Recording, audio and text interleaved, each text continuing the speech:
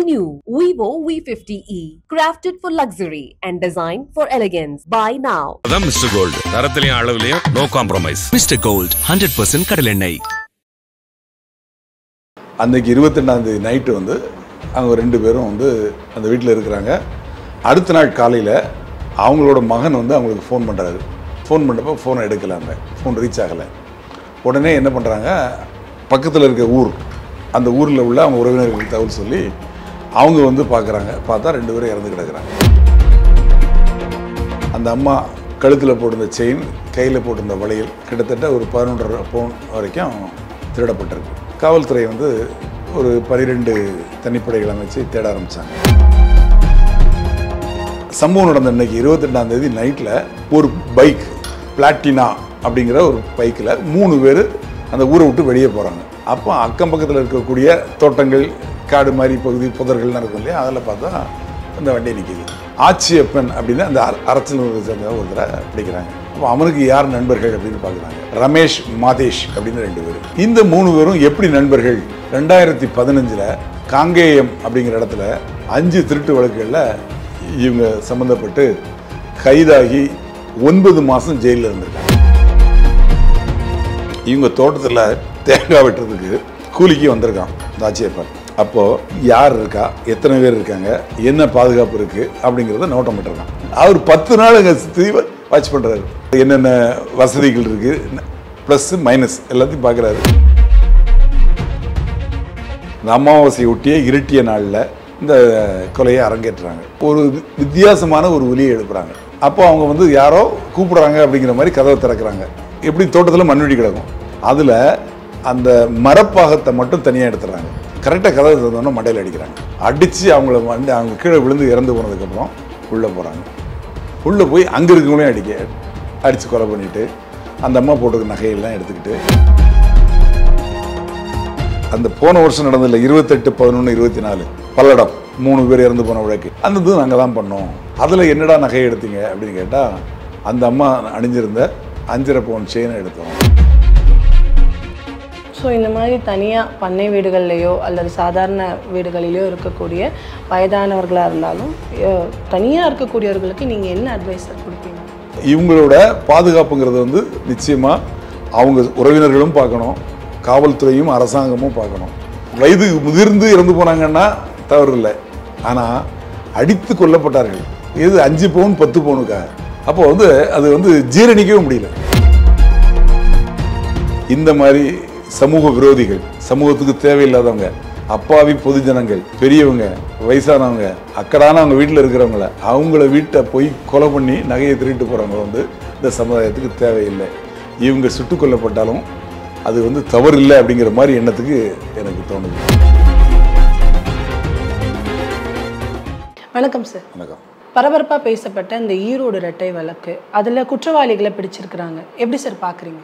இந்த சம்பவம் நடந்தது வந்து 28/4/2025 ஈரோடு பக்கத்தில் இருக்கக்கூடிய சிவகிரி, அங்கே மேக்கரையான் தோட்டம் அப்படிங்கிற இடத்துல பாக்கியம், ராமசாமி, அந்த பாக்கியம் அவங்க ஹஸ்பண்ட் ராமசாமி 2 பேரும் ஒரு பண்ணை வீட்டில் குடியிருக்காங்க. அன்றைக்கி 22ஆம் தேதி நைட்டு வந்து அவங்க 2 பேரும் வந்து அந்த வீட்டில் இருக்கிறாங்க. அடுத்த நாள் காலையில் அவங்களோட மகன் வந்து அவங்களுக்கு ஃபோன் பண்ணுறாரு. ஃபோன் பண்ணப்போ ஃபோனை எடுக்கலாங்க, ஃபோன் ரீச் ஆகலை. உடனே என்ன பண்ணுறாங்க, பக்கத்தில் இருக்க ஊர், அந்த ஊரில் உள்ள அவங்க உறவினர்களுக்கு தகவல் சொல்லி அவங்க வந்து பார்க்குறாங்க. பார்த்தா 2 பேரும் இறந்து கிடக்குறாங்க. உடனே காவல்துறைக்கு தகவல் சொல்கிறாங்க. காவல்துறை வந்து பார்க்குறாங்க. இவங்க அந்த தங்கியிருந்த அந்த பண்ணை வீடு ஒரு பாசன வாய்க்கால் அதை ஒட்டி இருக்குது. அந்த இதை சிசிடிவி இல்லை. காவல்துறை வந்து தேடி பார்த்தப்போ கைரேகை இல்லை. கைரேகை நிபுணர்களோடு பார்த்தப்போ வேறு கைரேகை எதுவும் இல்லை. அதே மாதிரி அந்த வீட்டில் வந்து கிரில் கேட்டு, நாய், அந்த மாதிரி எந்த இதுவும் இல்லை. ஆனால் இவங்க 2 பேரும் கொலை செய்யப்பட்டிருக்காங்க. அந்த அம்மா கழுத்தில் போட்டிருந்த செயின், கையில் போட்டிருந்த வளையல் கிட்டத்தட்ட ஒரு 11.5 பவுன் வரைக்கும் திருடப்பட்டிருக்கு. காவல்துறை வந்து ஒரு 12 தனிப்படைகள் அமைச்சு தேட ஆரம்பித்தாங்க. இதே மாதிரி ஒரு வழக்கு 28/11/2024, அதுவும் 28, இதுவும் 28. அது சம்பவம் நடந்த இடம் வந்து இதே மாதிரி அந்த காவாய் ஒட்டி இருக்கக்கூடிய ஒரு தோட்டம். அதில் 3 பேர் கொல்லப்படுறாங்க. அப்பா, அம்மா, அவங்க பையன். அவங்க வந்து அதில் வந்து 5.5 பவுன் நகை போகுது. அதில் வந்து காவல்துறை எவ்வளவோ நடவடிக்கை எடுத்துக்கவும் அவங்க கண்டுபிடிக்க முடியல. அந்த வழக்கு வந்து சிபிசிஐடிக்கு மாற்றப்படுது. சிபிசிஐடி அதை விசாரிச்சுட்டு இருக்காங்க. இந்த வழக்கை பொறுத்தவரை இப்போது சமீபத்தில் நடந்த வழக்கில், அதாவது பாக்கியம் ராமசாமி அந்த வழக்கில் காவல்துறை என்ன பண்ணுறாங்க, பக்கத்தில் இருக்கக்கூடிய 5 கிலோமீட்டர் ரேடியஸில் இருக்கக்கூடிய ஊர்களில் இருக்கக்கூடிய அங்கே இருக்கக்கூடிய சிசிடிவி ஃபுட்டேஜை பார்க்குறாங்க. இந்த சம்பவம் நடந்த இடத்துல சிசிடிவி கிடையாது. அந்த ஃபுட்டேஜை பார்க்குறதுல அரச்சலூர் அப்படிங்கிற ஒரு ஊர் இருக்குது, அரச்சலூர். அந்த ஊரில் போய் செக் பண்ணுறாங்க. செக் பண்ணி பார்த்தா சம்பவம் நடந்த அன்றைக்கி 22ஆம் தேதி நைட்டில் ஒரு பைக், பிளாட்டினா அப்படிங்கிற ஒரு பைக்கில் 3 பேர் அந்த ஊரை விட்டு வெளியே போகிறாங்க. இது எவ்வளோ தொலைவில் சார் அந்த சம்பவத்தை நடந்த இடத்துல? 5 கிலோமீட்டர் ரேடியஸ்க்குள்ளே பக்கத்தில் இருக்கக்கூடிய ஊர் அரச்சலூர். அந்த ஊர்லேருந்து வெளியே போகுது. திருப்பி 7 மார்னிங்கில் அதே வண்டி திரும்பி வருது. அதே 3 பேர் வராங்க.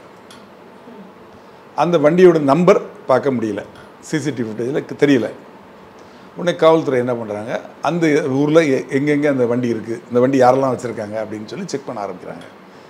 யாரையும் விசாரிக்கலை, இவங்களா போய் பார்க்குறாங்க. எங்கெல்லாம் வண்டி நிறுத்திருப்பாங்க இல்லையா, அது சின்ன கிராமம் தானே, பார்க்கையில் அந்த மாதிரி வண்டி அங்கே இல்லை. அப்போ அக்கம் பக்கத்தில் இருக்கக்கூடிய தோட்டங்கள், காடு மாதிரி பகுதி, புதர்கள்லாம் இருக்கும் இல்லையா, அதில் பார்த்தா அந்த வண்டி நிற்கிது. அந்த வண்டியை வந்து செக் பண்ணி பார்க்குறாங்க. அதில் டேங்க் கவருக்குள்ளே பார்த்தா ஒரு ஃபோன் இருக்குது, கை க்ளவுஸ் இருக்குது,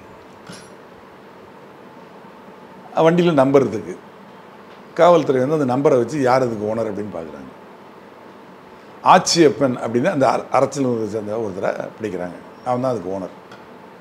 அவன் என்ன வேலை செய்கிறான் அப்படின்னா, தென்னை மரத்துலேருந்து தேங்காயை வெட்டி கீழே இறக்குறது, இறக்குன தேங்காயை உரிக்கிறது, இந்த கூலி வேலை செய்கிறான்.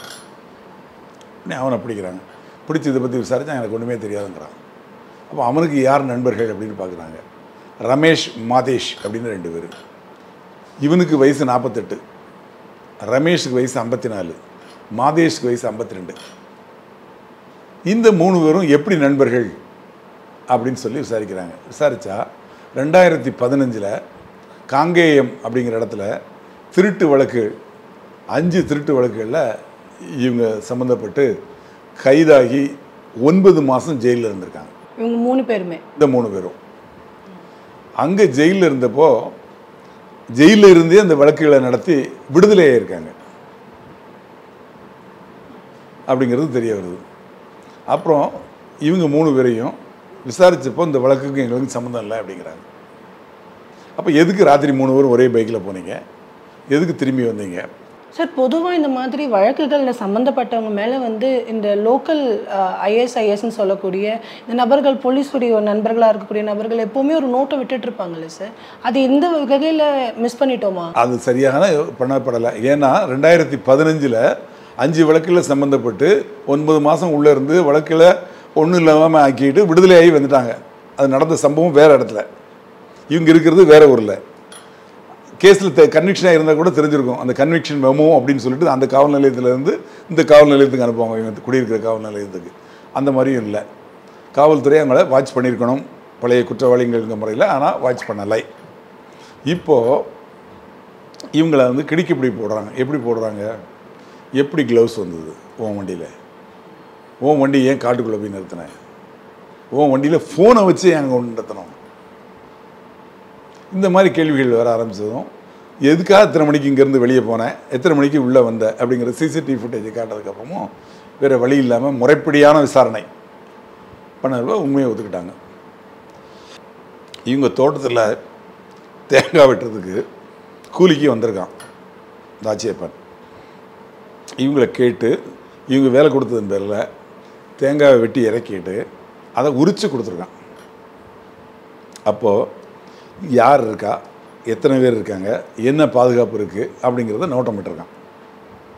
நோட்டமிட்டுட்டு இவன் கூலியை வாங்கிட்டு போகையில் இவன் நண்பன் ரமேஷ் இருக்கான்ல, அவங்ககிட்ட சொல்லிட்டான் இதை வாட்ச் பண்ணு அப்படின்னு. அவர் வந்து இன்டெலிஜென்ஸ், அவர் 10 நாள் அங்கே சுற்றி வாட்ச் பண்ணுறாரு. போகிறாரு வராரு இருக்கிறாரு. பக்கத்தில் கரும்பு தோட்டத்தில் போய் 10 மணி நேரம் ஒளிஞ்சிருந்து பார்க்குறாரு. யார் வராங்க, யார் போகிறாங்க அப்படிங்கிற என்னென்ன வசதிகள் இருக்குது, ப்ளஸ்ஸு மைனஸ் எல்லாத்தையும் பார்க்குறாரு. எந்த மாதிரி டயத்தில் பண்ணலாம் அப்படிங்கிறதெல்லாம் அவர் ஸ்கெட்ச் போட்டு கொடுக்குறாரு. அதன்படி இவங்க அந்த 28/8/4 இந்த அமாவாசையை ஒட்டிய இருட்டிய நாளில் இந்த கொலையை அரங்கேற்றுறாங்க.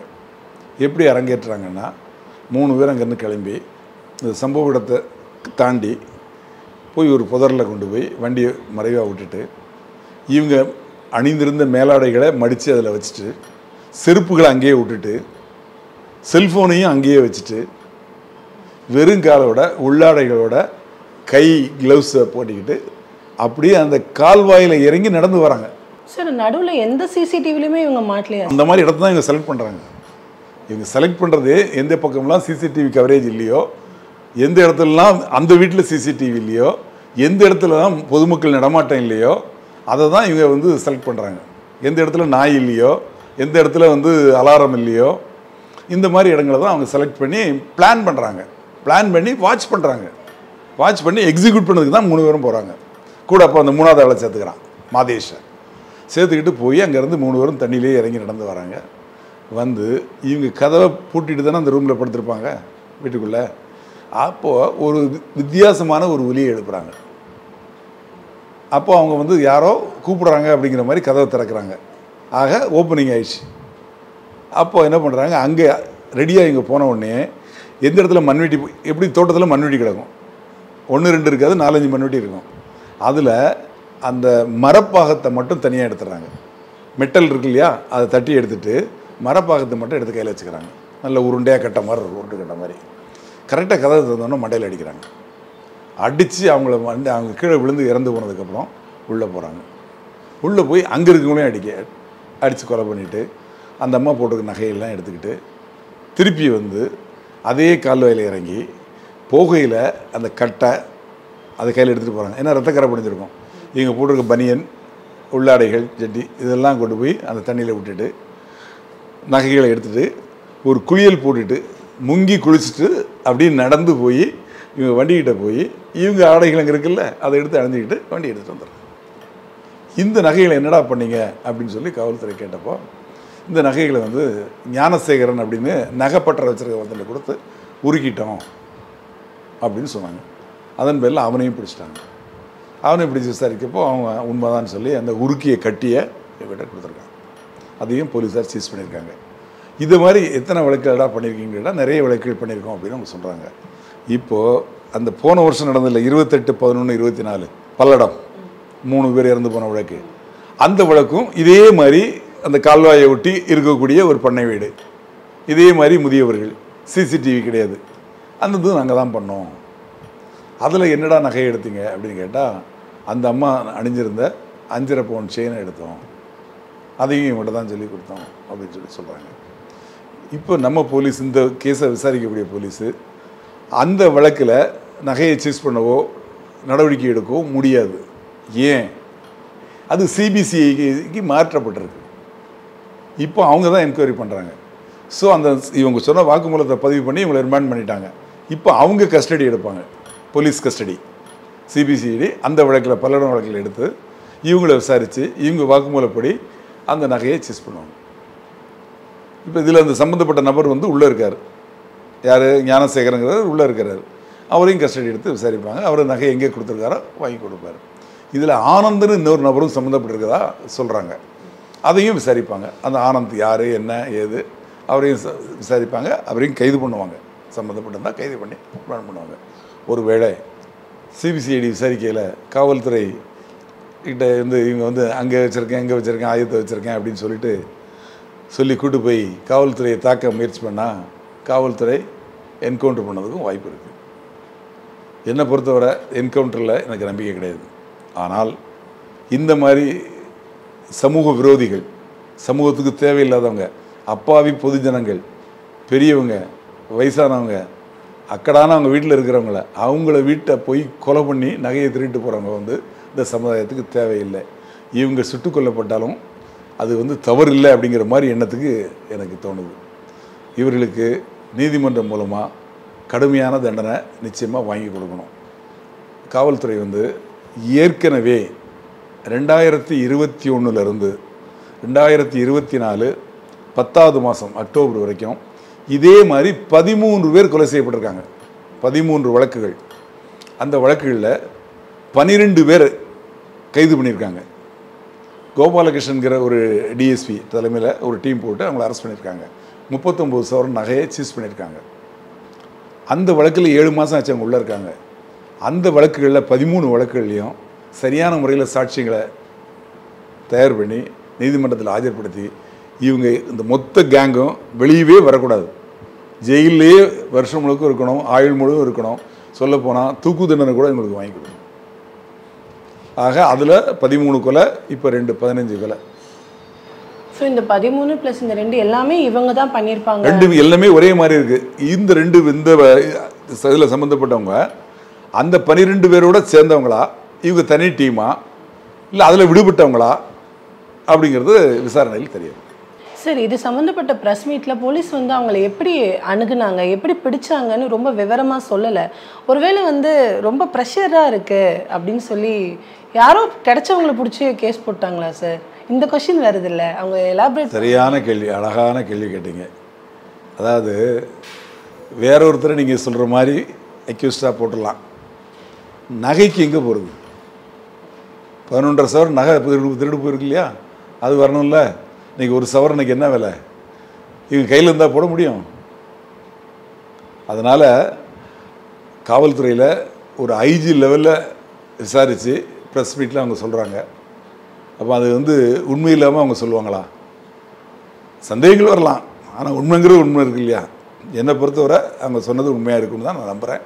நிச்சயமாக அது உண்மையாக தான் இருக்கும். தொடர்ந்து இது மாதிரி குற்ற சம்பவங்கள் நடக்கும்போது ஏற்கனவே இந்த மாதிரி குற்ற பின்புலம் இருக்கக்கூடிய நபர்கள், ரீசெண்டாக ரிலீஸ் ஆன நபர்கள் தான் இந்த மாதிரியான கொலைகளை செய்கிறது. இதுக்கு என்ன சார் லூப் ஹோலாக இருக்கும்னு நினைக்கிறீங்க? இதுக்கு முன்னாடி நடந்த சம்பவங்கள்லேயே கூட ரீசெண்டாக ரிலீஸ் ஆனவங்க தான் அடுத்தடுத்த குற்றச்சம்பவங்களை வந்து ஈஸியாக பண்ணுறாங்க. அப்போ அவ்வளோ ஃப்ரீடம் கிடைக்கிது அவங்களுக்குன்னு எடுத்துக்கலாமா, இல்லை சட்டத்தை குறித்து ஒரு பயமே இல்லை அவங்களுக்கு அப்படின்னு எடுத்துக்கலாமா? 2-3 விஷயம். இவங்க ரீசெண்டாக வரல, 2015 வந்திருக்காங்க. இப்போ 25 10 வருஷத்துக்கு முன்னாடி இவங்க போயிட்டு வந்திருக்காங்க. அதுக்கப்புறம் இவங்க அரெஸ்ட் ஆன மாதிரி தெரியல. அவங்கள வந்து இந்த 10 வருஷத்தில் இவங்க எவ்வளோ பண்ணியிருக்காங்க அப்படிங்கிறத தான் நான் பார்க்கணும். இப்போ இந்த 2 கேஸ் தெரியுது, இன்னும் எத்தனை கேஸ் இவங்க சம்மந்தப்பட்டிருக்காங்க, இல்லை அந்த 13 வழக்குகளையும் இவங்க இருக்காங்களா அப்படிங்கிறதையும் பார்க்கணும். அது விசாரணையில் தான் தெரிய வரும். விசாரணை ஆரம்ப கட்டத்தில் தான் இருக்குது, முடியும் போது தான் அது தெரிய வரும். 2வது, ஜெயிலில் வந்து இந்த மாதிரி ஆட்கள் இப்போ இந்த 13 பேர் உள்ளே இருக்காங்கல்ல, அவங்க என்ன இந்தியா பாகிஸ்தான் வார பற்றியா பேசுவாங்க? அடுத்தாலும் என்ன கொள்ளையடிக்கிறது எப்படி? இப்போ எப்படி மாட்டிக்கிட்டோம், மாட்டாமல் கொள்ளையடிக்கிறது எப்படி? இவனுக்கு தாத்தாவுக்கு அங்கே பெரிய ஆளாக இருப்பான், அவங்ககிட்டலாம் ஐடியா கேட்குறது எப்படி? அடுத்தால என்ன பண்ணணும், எப்படி பண்ணணும், மாட்டிக்காமல் எப்படி பண்ணணும் அப்படிங்கிறத பற்றி தானே பேசுவாங்க. இப்போவே இவங்க எல்லாருமே படிக்காதவங்க மாதிரி தான் தெரியுது. ஆனால் எவ்வளோ அழகாக க்ளவுஸ் போடுறான், கைரேகை இருக்கக்கூடாதுங்கிறதுக்காக. செல்ஃபோன் எடுத்துகிட்டு போனால், டவர் லொக்கேஷன் எடுத்துகிட்டு போனால் செல்ஃபோன் அங்கே வச்சுட்டு போயிடுறாங்க, செருப்பை கூட விட்டுட்டு போகிறான். அந்த அளவுக்கு தெளிவாக இருக்கிறாங்க. அதனால் படிக்காதவங்க அப்படின்னு நினைக்கிறது இல்லை, தெளிவானவங்க. அவன் தொழிலில் அவன் தெளிவானவன். ஸோ பெரும்பாலும் இந்த கொலைகள் நடந்தப்போ நீங்கள் உட்படவே இது வந்து தண்டுப்பாலம் குரூப் மாதிரி இருக்குது. நிறைய பேர் வந்து இந்த நார்த் இந்தியன்ஸ் எல்லாம் நம்ம வந்து ஒரு விஷயம் நம்ம வந்து சந்தேகப்பட்டோம். ஸோ இவங்களுக்கு ரொம்ப ஈஸியாக இருக்கும். அதில் அதுன்னு சொன்னோம். ஆனால் இதையும் சொன்னேன், ஏற்கனவே சம்மந்தப்பட்டு 13 வழக்கில் சம்மந்தப்பட்ட 12 பேர் கைது பண்ணப்பட்டு உள்ளே இருக்காங்க. அதோட நீட்சியாக இது, அவங்களோட தொண்டரடி புடியா இவங்க, இல்லை அவங்கள்ட்ட ட்ரைனிங் எடுத்தவங்களா இவங்க அப்படிங்கிறதையும் பார்க்கணும் அப்படின்னு சொன்னோம். அதாவது சந்தேகம் அப்படிங்கிறது வந்து காவல்துறையில் எல்லா வகையிலையும் பார்ப்பாங்க. ஆனால் அந்த சிசிடிவி ஃபுட்டேஜ் அப்படிங்கிறதுல அந்த வண்டி அப்படிங்கிறது தான் நமக்கு கிடைச்ச எவிடன்ஸ், ஒரு தடயம். அதை வச்சு அடுத்தால போகையில் தான் அந்த வண்டியை பார்க்குறாங்க, அந்த வண்டி நம்பரை பார்க்குறாங்க. வண்டியில் பார்த்தா அந்த பொருள்கள்லாம் இருக்குது. அப்போ உனக்கு அதுக்கு என்ன சம்மந்தம், நீ என்ன வேலை செய்கிற, இவனோட பின்னணி என்ன, இவனோட கூட்டாளி யார், எப்படி இது நடந்தது அப்படின்னு விசாரிக்கல எல்லாம் விஷயம். ஸோ இந்த மாதிரி தனியாக பண்ணை வீடுகள்லையோ அல்லது சாதாரண வீடுகளிலையோ இருக்கக்கூடிய வயதானவர்களாக இருந்தாலும் தனியாக இருக்கக்கூடியவர்களுக்கு நீங்கள் என்ன அட்வைஸர் கொடுப்பீங்க? அதாவது முதியவர்கள் வந்து தனியாக இருக்க அனுமதிக்காதீங்க. அவங்க தனியாக இருந்தே பழகிட்டாங்க. அவங்க வந்து அதாவது என்ன சொன்னாங்க, ஃப்ரீயாக இருக்கணும் அப்படின்னு நினைப்பாங்க. இருக்க வேண்டியது தான், தப்பு கிடையாது. அது தனி மனித சுதந்திரம். அது வயதானவங்க கடைசி காலத்தில் யாரோட தொல்லையும் இல்லாமல் நிம்மதியாக இருக்கணும்னு நினைப்பாங்க. அது தப்பே கிடையாது. ஆனால் பாதுகாப்பாக இருக்கணும், அது முக்கியம். அவங்களோட உயிர் அது முக்கியம். அவங்களோட உடைமைகள் அது முக்கியம். அவங்களுக்கு உறவினர்கள், மகன் மகள் பேரன் பேத்தி இருக்காங்க, அவங்களுக்கு இவங்க முக்கியம். அப்போது இவங்களோட பாதுகாப்புங்கிறது வந்து நிச்சயமாக அவங்க உறவினர்களும் பார்க்கணும், காவல்துறையும் அரசாங்கமும் பார்க்கணும். தனி வீடுகளில் இருக்கிறவங்க வந்து அந்த வீடுகளில் கிரில் கேட் போட்டிருக்கணும், நாய் வளர்க்கணும், அது மாதிரி இந்த மின் வேலி அமைக்கணும், சிசிடிவி கேமரா வைக்கணும். இப்போ இவங்க எல்லாருமே தோட்டத்தோட உரிமையாளர்கள், ஓரளவு வசதியானவங்க தான். 10,000 ரூபாய்க்கு இன்றைக்கி சிசிடிவி கிடைக்குது 4 கேமராவோட. அதெல்லாம் கேர்ஃபுல்லாக பார்க்கணும். வயதானவங்க முதியவங்க வந்து தனியாக இருக்கிறதுனால இப்போ உங்களுக்கு மெடிக்கல் உதவி, திடீர்னு நைட்டில் நெஞ்சு வலி வந்துன்னா கூட அந்த இடத்துலேருந்து அவங்க வெளியே வர முடியுமா, ஒரு ஆஸ்பத்திரிக்கு போக முடியுமா? காவல்துறை அவங்ககிட்ட போய் பார்த்து லிஸ்ட் எடுத்து அவங்ககிட்ட பேசி அவங்கள கன்வின்ஸ் பண்ணி அவங்கள வந்து ஊருக்குள்ளே இருக்கிறதுக்கு ஏற்பாடு பண்ணணும். மாட்டோம் இங்கே தான் இருப்போன்னு சொன்னால் இந்த வசதிகள்லாம் இருக்கணும், வாட்ச்மேன் போடணும், அந்த மாதிரி எல்லா வசதிகளும் அவங்களுக்கு பண்ணி அவங்க இருக்கிற தயாராக இருந்தால். அது மட்டும் இல்லை, காவல்துறை இரவு வந்து வர்றப்போ அவங்கள செக் பண்ணணும். ஈவன் வாட்ச்மேனுமே கூட கைவரிசை காட்டிடுறாங்களே சார். ஆமாம், அந்த மாதிரி சம்பவங்கள் அதுவும் நடக்கும். அதாவது உலகத்தில் எதுவுமே நடக்கிறதுக்கு இல்லைன்னு சொல்ல முடியாது. என்ன சொல்கிறது, பாதுகாப்பாக இருக்க வேண்டிய நம்மளோட கடமை.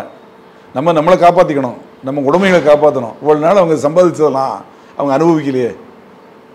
எல்லாமே 70 வயசு 60 வயசு 75 வயசு, ஆனால் அநியாயமாக இறந்து போனாங்க. வயது முதிர்ந்து இறந்து போனாங்கன்னா தவறு இல்லை, ஆனால் அடித்து கொல்லப்பட்டார்கள். இது 5 பவுன் 10 பவுனுக்காக. அப்போது வந்து அது வந்து ஜீரணிக்கவே முடியல. இந்த நகைக்காக இவ்வளோ பெரியவங்க இவ்வளோ நாள் கஷ்டப்பட்டு உழைச்சவங்க அதை வந்து அவங்க அனுபவிக்க முடியல பாருங்கள். அந்த மாதிரி ஒரு சூழ்நிலை இருக்கக்கூடாது. அதனால் முதியவர்களே நீங்கள் உஷாராக இருங்க.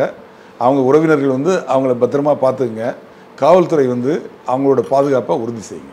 எல்லாருமே குறி வச்சு ஒரு குறிப்பிட்ட டிஸ்டன்ஸில் இருக்கக்கூடிய நபர்களை தான் கொண்டு இருக்காங்க.